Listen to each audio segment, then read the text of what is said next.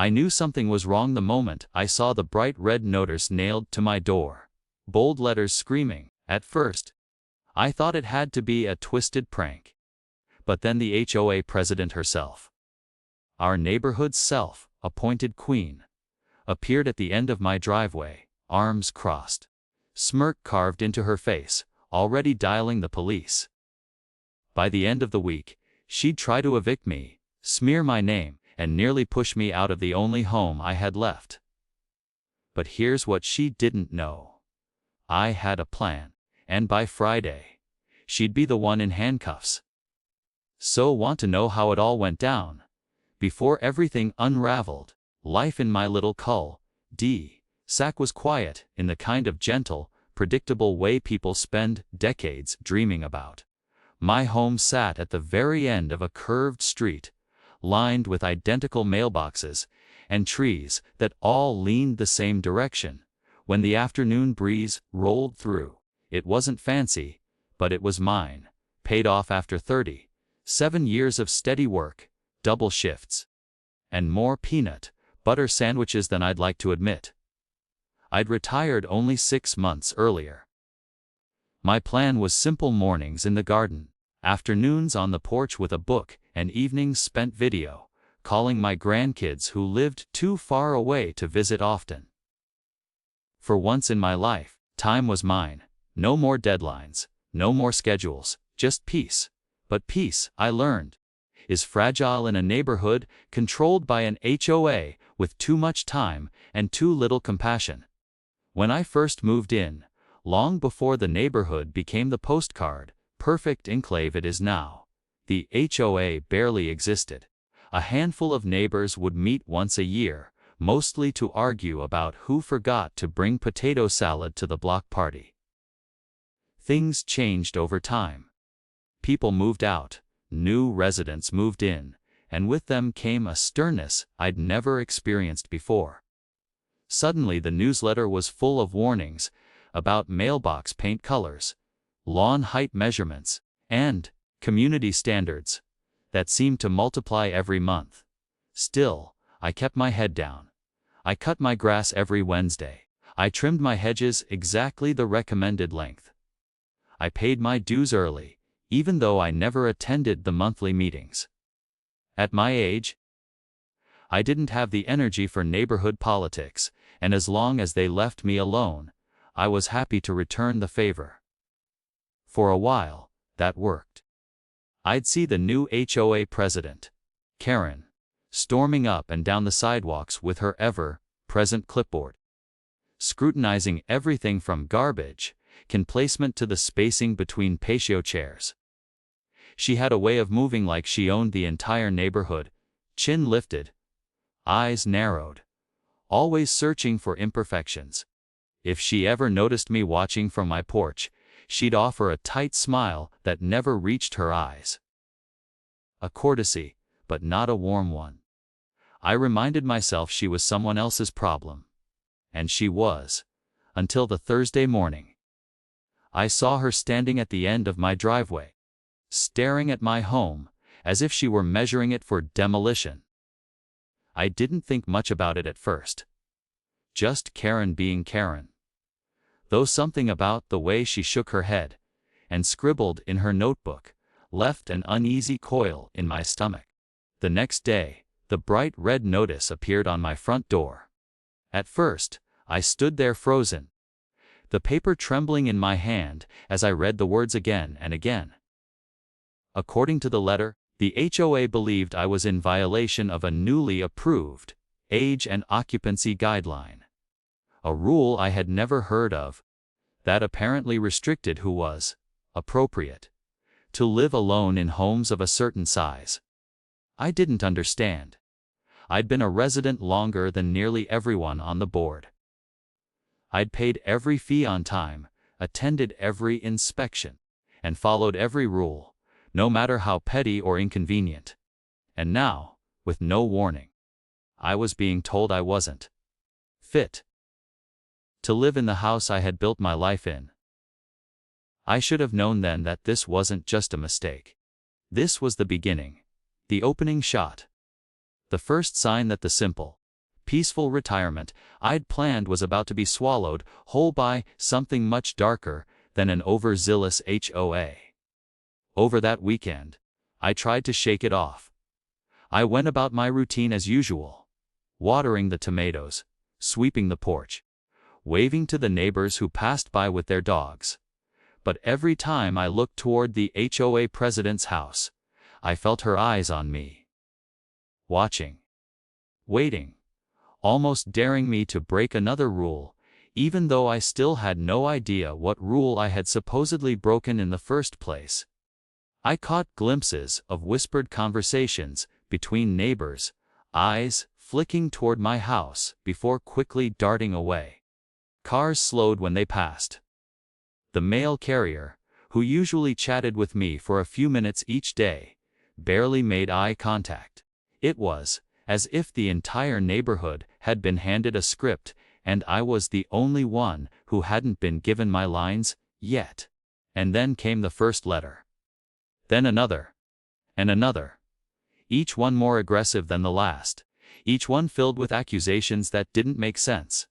Noncompliance. Unauthorized occupancy. Safety concerns. Every envelope carried that same bright red header, the same cold, bureaucratic language, and the same chilling undertone: leave. Leave now. Something was wrong. Terribly wrong. And deep down, I felt it. This wasn't about rules. It wasn't about safety. It wasn't even about the community. This was personal. I just didn't know why. Not yet. But I was about to. And once I discovered what Karen was really doing, what she had planned, what she had already done to others, my quiet retirement would turn into a battle I never expected to fight. The kind of battle that forces you to choose run or strike back. And the choice I made, well, that's what changed everything. In the days that followed, the tone of the neighborhood shifted in ways I couldn't quite explain at first. It was in the way people paused when passing my house. The way conversations stopped when I turned the corner. The way certain neighbors, who had once waved, now stared straight ahead, pretending they didn't see me at all. I kept expecting someone, anyone, to ask if I was okay, to check in, to tell me this whole thing was a misunderstanding, that the bright red notices plastered across my door were some administrative error. But no one did. Instead, on Monday morning, I woke to find another envelope wedged into the screen of my storm door. This one wasn't red. It was white. Plain. Unassuming. But inside was a fine. $1,000. No explanation beyond a vague reference to noncompliance with the revised age and occupancy policy. As I read the letter, my hands trembled. My retirement savings weren't bottomless. $1,000 fine wasn't pocket change for me. It was a month of groceries. It was medication. It was a winter's worth of heating. I marched the letter straight to my kitchen counter, intending to call the HOA hotline and demand answers. But the moment I reached for the phone, something stopped me. A sinking feeling, a whisper of intuition telling me that this wasn't an issue that could be solved with a phone call. Still, I dialed. It rang. Once. Twice. 3 times. Then it clicked over to a robotic message informing me the voicemail was full. I hung up. Tried again an hour later. Same message. By noon, I checked my porch again and found a second white envelope already taped to my door. Another fine. This time for an unauthorized vehicle. In my driveway. The vehicle they were referring to was mine. The same car I'd parked in that driveway for nearly 4 decades without a single complaint. My stomach twisted. I felt something rising in my chest. Something hot. Something electric. Something that felt less like fear and more like disbelief turning into anger. I walked down the block to the community mailbox cluster, hoping maybe I'd run into a neighbor willing to explain what on earth was happening. But the moment I approached, The few people there suddenly remembered errands to run. Heads dropped. Keys fumbled. Car doors slammed. Engines revved. It was like I had become some sort of pariah overnight. Only one neighbor, an older man named Leonard, who lived 2 houses down, hesitated long enough to glance my way. His expression flickered with something. Sympathy, maybe, but he said nothing. Instead, he simply shook his head once, faintly, before getting in his truck and driving off.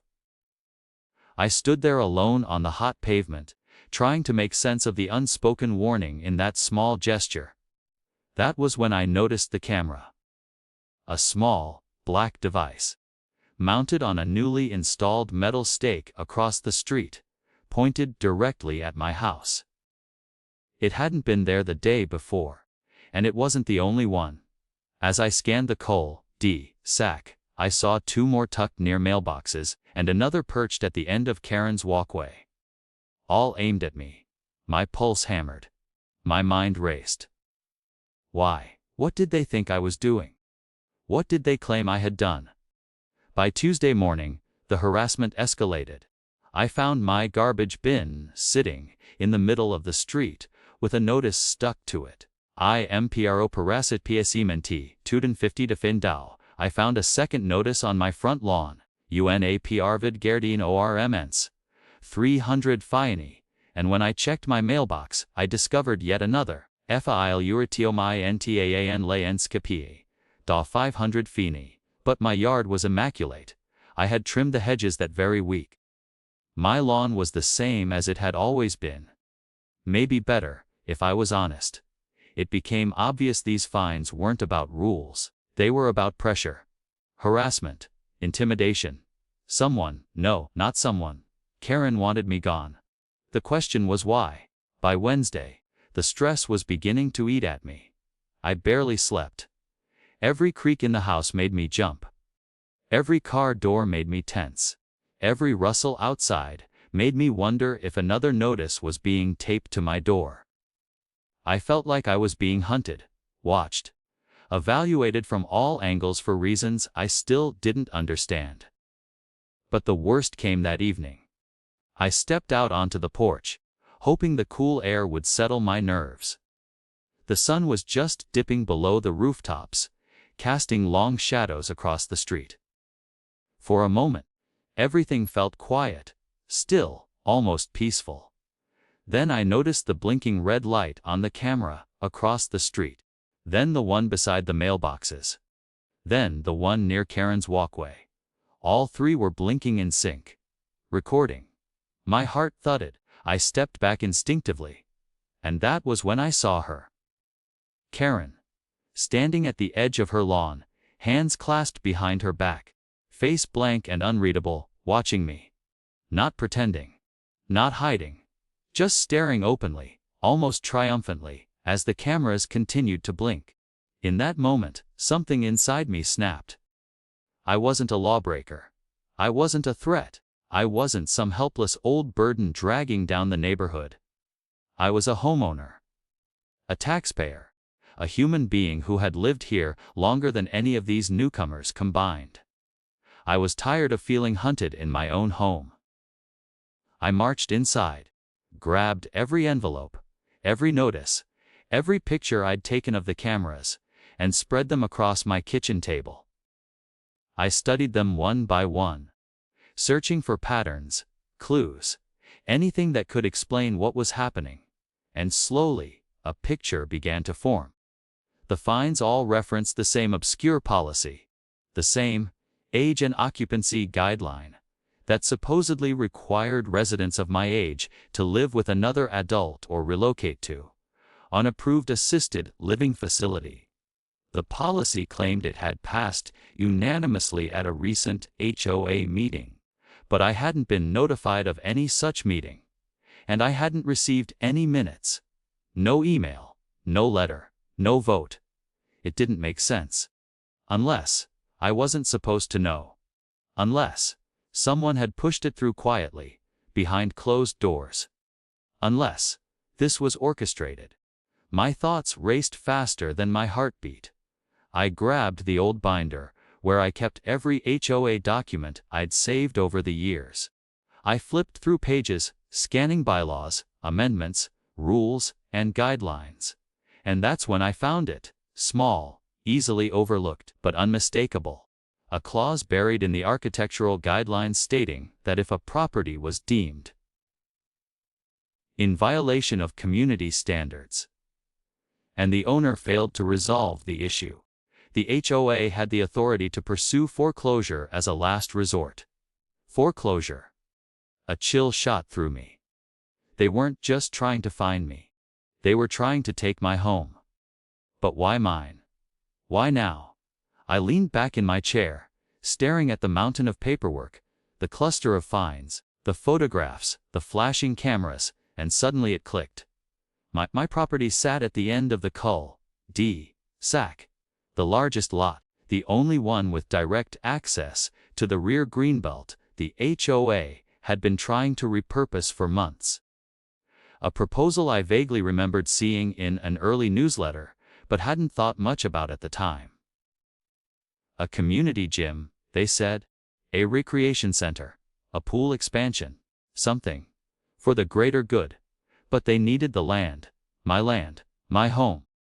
And who better to target than the widow on a fixed income? The quiet neighbor who kept to herself.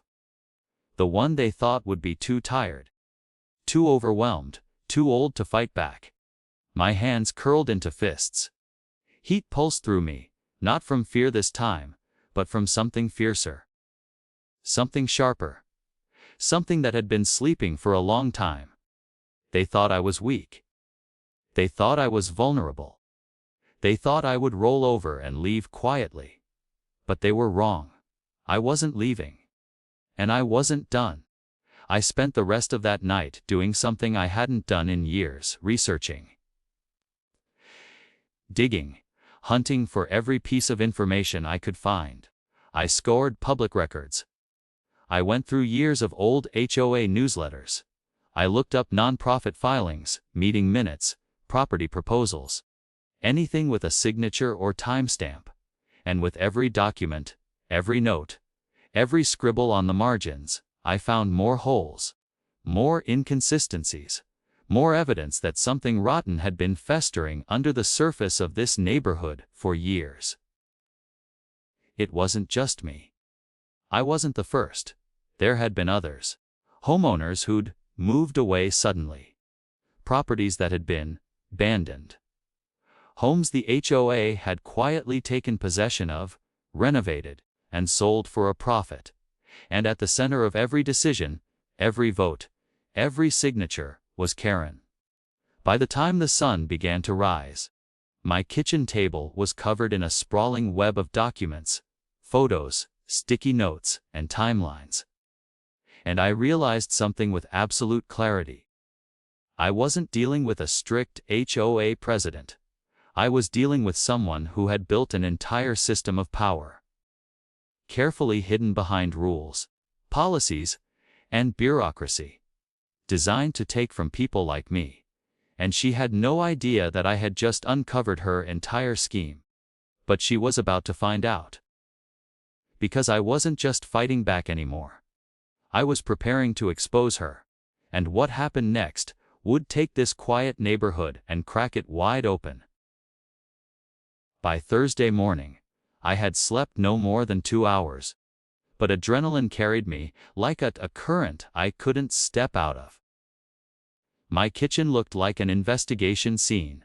Papers strewn across every surface, documents layered like sediment, each revealing a deeper level of rot beneath the surface of the community I once trusted. And that day was the HOA's scheduled, mandatory compliance inspection. A phrase that had taken on a new, sinister meaning. I knew what it really was: an ambush. A final attempt to corner me into submission, to fabricate enough violations to justify immediate action. But they didn't know I'd spent the entire night preparing for this moment. And they had no idea what I'd uncovered. A folder sat waiting on the counter, thick with evidence.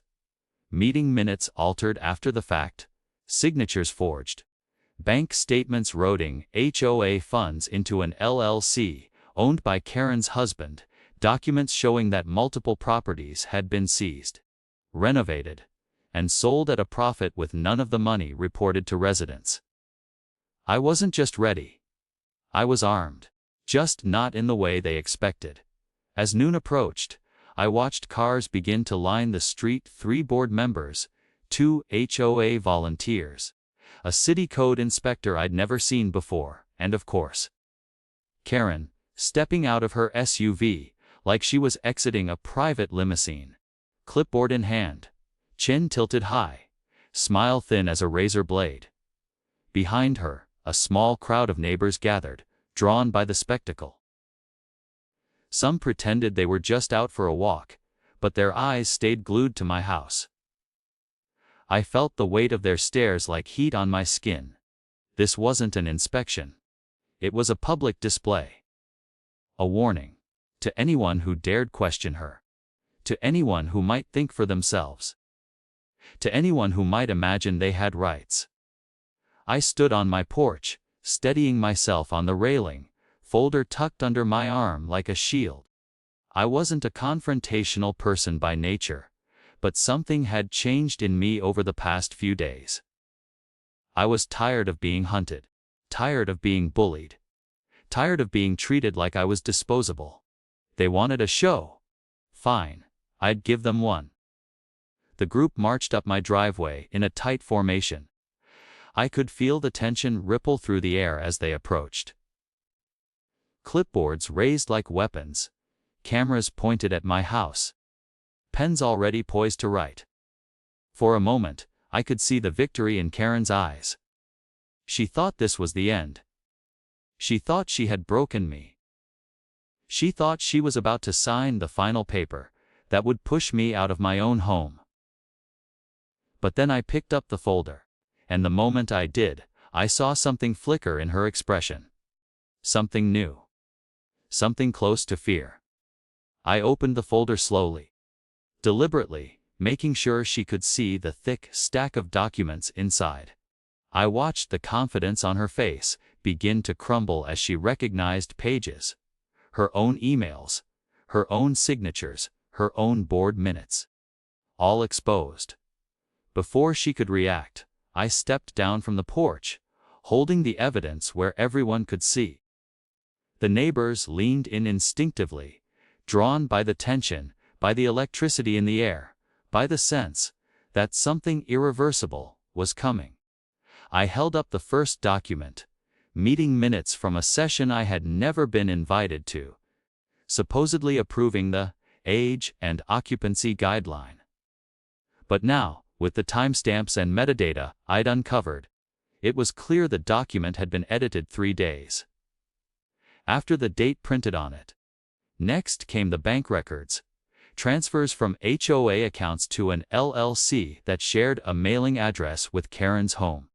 Funds labeled as property improvement costs that never appeared on any community budget report. I spread the documents across the hood of Karen's SUV, each page fluttering slightly in the breeze like incriminating flags. The crowd behind her shifted uneasily. Murmurs rose, heads tilted, eyes widened. The illusion of control she'd built so carefully, so ruthlessly, was cracking right in front of them. And I hadn't even reached the final piece yet. From the bottom of the stack, I pulled out the deed records. Property after property seized under questionable violations. Each one transferred into the same LLC and resold for hundreds of thousands, more than the owners had received. I could see the shock ripple through the gathered crowd. Their expressions shifted from confusion to disbelief, to dawning realization. This wasn't about rules. This wasn't about community standards. This wasn't about safety. This was theft. A carefully orchestrated, meticulously planned campaign of intimidation, manipulation, and financial exploitation. And Karen, self-appointed queen of the cul-de-sac, was the architect. Something in her snapped. I saw it. Her jaw tightening. Her eyes narrowing. her hands shaking with barely concealed rage. She lunged forward, snatching for the papers, desperate to regain control, to hide the evidence, to silence me before anyone else could see more. But the neighbors had already seen enough, and before she could tear the documents from my hands, a new car pulled up to the curb. A city vehicle, followed by a second. Then a third, and behind them, a police cruiser. The crowd parted as uniformed officers stepped out, followed by a stern-looking woman wearing a county attorney's badge. I had sent her everything the night before. Every document, every timestamp, every recorded detail. She had responded at dawn, telling me to stay calm, that she would handle it. And she had arrived right on time. The moment Karen saw her, her face drained of color. For the first time since I'd known her, she looked small. Not powerful. Not untouchable. Just caught. The attorney approached the SUV, flipping through the documents I'd laid out. She scanned the signatures, the bank transfers, the deed transfers. And with every page she examined, her expression hardened. The neighbors watched in silence. The board members shifted nervously. The cameras that once pointed at my house now captured every detail of her unraveling. The attorney closed the folder and turned to the officers. And in that moment, a moment I will never forget, everything shifted. The officers stepped forward. One reached for his handcuffs. The other announced the charges: financial misconduct, forgery, fraudulent property seizure, elder harassment. The crowd gasped, some stepped back, others stepped forward, their shock transforming into outrage, betrayal, disbelief. And Karen, the woman who had spent months, maybe years, bending the rules to her will. The woman who had terrorized her neighbors into silence. The woman who believed she was invincible, stood frozen as the officers took her by the wrists. The metal cuffs clicked closed with a sound that echoed through the entire sack. A sharp metallic punctuation mark on the end of her reign. For a moment, the world seemed to stop. No birds, no cars, no chatter. Just the sight of her being led to the police cruiser. Her clipboard tumbling from her hand and clattering onto the pavement. The woman who once controlled the entire neighborhood with fear was now powerless. And as she passed me, her eyes met mine. No longer defiant, no longer smug, just hollow. As if she knew her kingdom had crumbled. As if she suddenly understood the one thing she had never considered. I wasn't as weak as she thought. The officers guided her into the cruiser. The door slammed shut. The engine started, and as the car pulled away, the neighbors stared after it in stunned silence, the weight of everything that had just happened settling heavily over the sack. But the story wasn't over. Not by a long shot.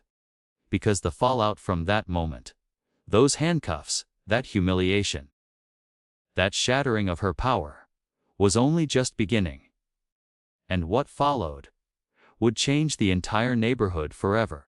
For a full minute, after the police cruiser turned the corner and disappeared, no one on the street moved. It was as if the whole neighborhood had paused mid-breath, unable to process what they had just witnessed. The same people who had spent the last week avoiding eye contact with me now stood rooted in place, their faces pale, their mouths parted in disbelief. Some clutched their dogs' leashes as if the animals might anchor them to reality. Others simply stared at me, waiting for some kind of cue, some explanation, some confirmation that what they'd seen wasn't just a fever dream unfolding in the middle of their neatly trimmed sack. But I wasn't thinking about them. My eyes were fixed on the empty space where the police car had just been. For the first time in days, my body felt light, weightless, almost. A strange mix of relief, exhaustion, and something close to grief washed over me. Not for her, for the woman who had tried to bulldoze my life for profit, but for the version of myself I had been before this week. The quiet retiree who believed her neighborhood was safe. The woman who thought following every rule would protect her. The woman who thought she could simply water her garden and be left alone. That woman was gone. But the one standing in her place was stronger. And she wasn't finished yet. Slowly, the crowd began to disperse. Some walked away in silence. Others huddled together, whispering urgently. A few hesitated as if they wanted to speak to me, but didn't quite know how. And maybe I didn't know how to respond either. So I turned and walked back inside, closing the door gently behind me. The quiet that followed felt unfamiliar but strangely welcome. My house, my home, felt like mine again for the first time in days. But I also knew the hardest part was yet to come, because handcuffs didn't erase the damage she had done. And they didn't fix the system she'd built. The next morning, I awoke to the sound of my phone buzzing nonstop. Calls, messages, emails, notifications from neighbors, reporters, board members, even strangers who had somehow gotten wind of what happened. I ignored them all. There was only one call I was waiting for. At 9:12 a.m., it came. The county attorney. Calm, firm, and efficient, just like she had been the day before. She told me Karen was facing multiple charges and that the evidence I had provided was extensive, compelling, and likely to result in a conviction. She explained that the district attorney's office had already opened a broader investigation into the HOA, into its finances, its voting processes, and its past property seizures. She asked if I was willing to testify. I didn't hesitate. I told her I wasn't just willing. I was ready. Over the next several days, the investigation unfolded at a speed that shocked even the neighbors who had been skeptical of my claims. Inspectors combed through records. Auditors combed through financial statements. Detectives interviewed residents who, now that Karen was behind bars, suddenly found the courage to speak. Stories poured out. Stories of harassment, intimidation, arbitrary fines, threats, and manipulative tactics that had forced people from their homes. An elderly couple who had moved away last year after being told their porch furniture was a safety hazard. A widower who had been fined repeatedly for a shed the HOA later claimed he didn't have permission to remove, even though they were the ones who ordered it torn down. A single mother who mysteriously fell behind on dues despite having proof she'd made every payment on time. Every story added another piece to the puzzle. Every piece pointed to the same truth: this wasn't negligence. This wasn't incompetence. This was a scheme, and Karen had been at the center of it for years. By the end of the week, 3 additional board members were removed pending further investigation. The HOA bank accounts were frozen. A state oversight committee was appointed to temporarily take over operations. For the first time in as long as anyone could remember, the neighborhood felt free. People stepped out of their homes with a caution that slowly melted into relief. Mailboxes were repainted in whatever shade people actually wanted. Lawns grew a little wild, without the threat of a fine appearing overnight. Neighbors who had avoided one another for years began to talk again. Really talk. And slowly, they began to talk to me.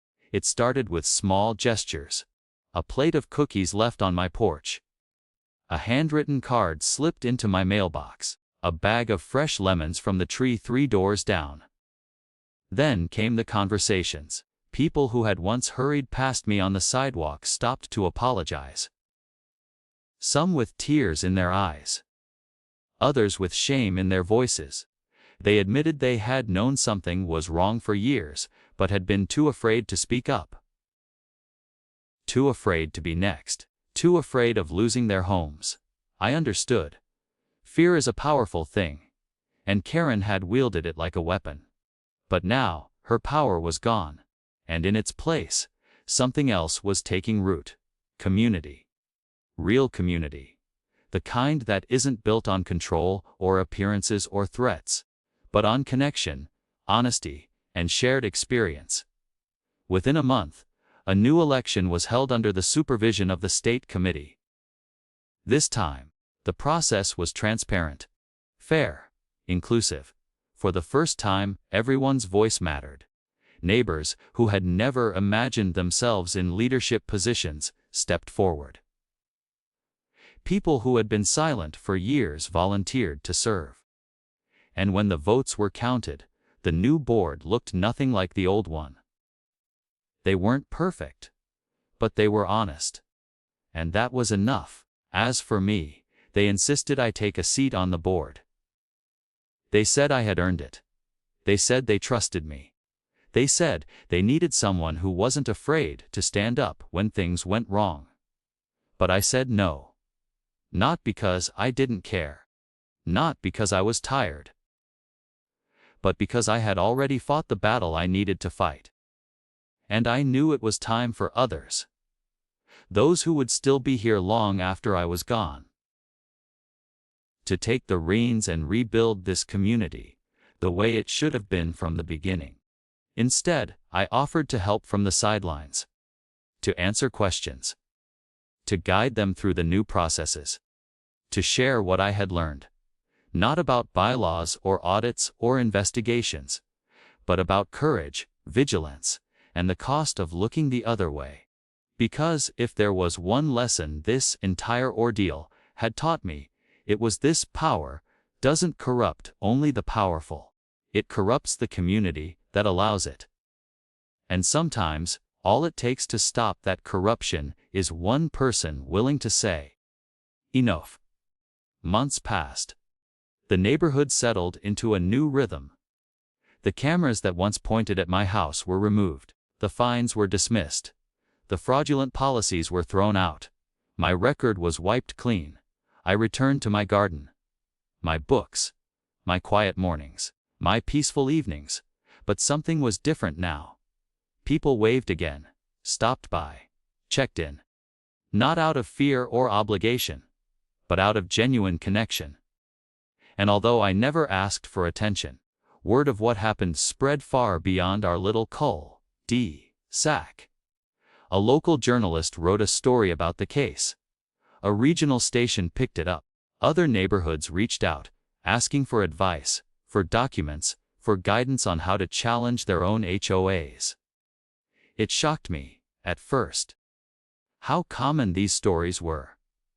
How many communities had been quietly suffering under the weight of petty tyrants.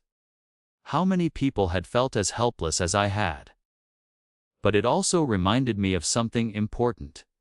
Maybe my battle wasn't just mine. Maybe it was part of something bigger. Maybe it needed to be told. And so, when a friend suggested I share my experience publicly, to help others who might be facing the same kind of intimidation, I hesitated, and then agreed. Not because I wanted revenge. Not because I wanted attention, but because I wanted to make sure no one else felt as alone as I had in those terrifying days. As for Karen, the last I heard, she was awaiting trial. The charges against her were serious enough that even the most expensive lawyers couldn't make them go away. The evidence was overwhelming. The witnesses were willing to speak. The community she once controlled had found its voice, and whether she ended up behind bars for a year or for a decade, one thing was certain: her reign was over. The house she once ruled from now sat dark and empty, a silent reminder of what happens when power is abused. And every time I walked past it, I felt something I hadn't felt in a long, long time: peace. Not the fragile, quiet peace I once clung to, but a stronger peace. A peace earned. A peace defended. And sometimes, as I sat on my porch in the evenings, watching the sun set over the rooftops, I found myself thinking about everything that had happened. Everything I had uncovered. Everything I had survived. And I realized something. People underestimate the quiet ones. They think silence means weakness. They think age means vulnerability. They think living alone means you're easy to push aside. But they forget something important. Something Karen learned far too late. There is nothing more powerful than a person who has built a life with their own hands, and is willing to fight to the last breath to protect it. So here's my question for you. If someone tried to take your home, your peace, your dignity, what would you do? And would you be ready to fight back when it mattered most? Because sometimes, the quietest people carry the loudest justice.